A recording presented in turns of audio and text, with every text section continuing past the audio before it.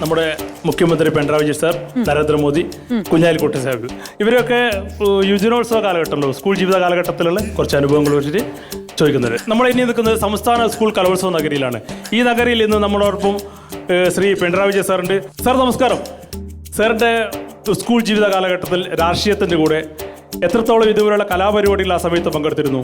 അപ്പോൾ ദാദ്ര താളത്തിൽ പിണറായി വിജയൻ.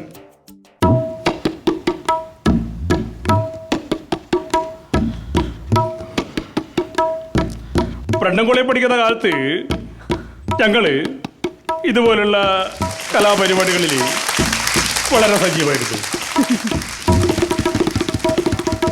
नमस्कार पिनराई विजयन, नमस्कार.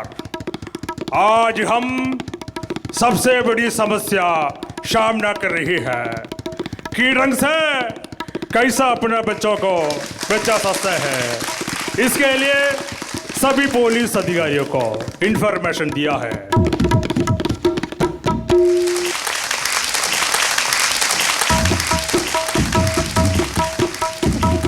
No no no no no no no no അങ്ങനെ ഒരു ഇഷ്യൂല്ല. എല്ലാ കലാരൂപത്തെയും സപ്പോർട്ട് ചെയ്ത പാർട്ടിയാണ് ഞങ്ങൾ.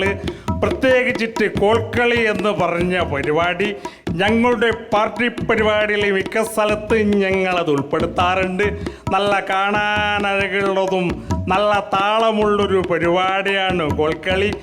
എൻ്റെ വ്യക്തിപരമായ ഒരു അഭിപ്രായം എന്ന് പറഞ്ഞാൽ സഭയ്ക്ക് അകത്തും സഭയ്ക്ക് പുറത്തുമുള്ള എല്ലാ വ്യക്തികളെയും ചേർത്തുകൊണ്ട് ഒരു കോൽക്കളി ടീം സംഘടിപ്പിച്ചാൽ ഒരു ഇഷ്യൂ ഇല്ലാതെ വളരെ ഐക്യത്തോടു കൂടി തന്നെ ഞങ്ങൾക്കൊക്കെ പോകാൻ കഴിയും.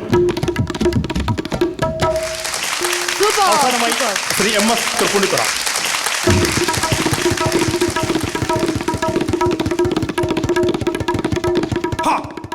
ശിവ എന്താണോ ഇത്?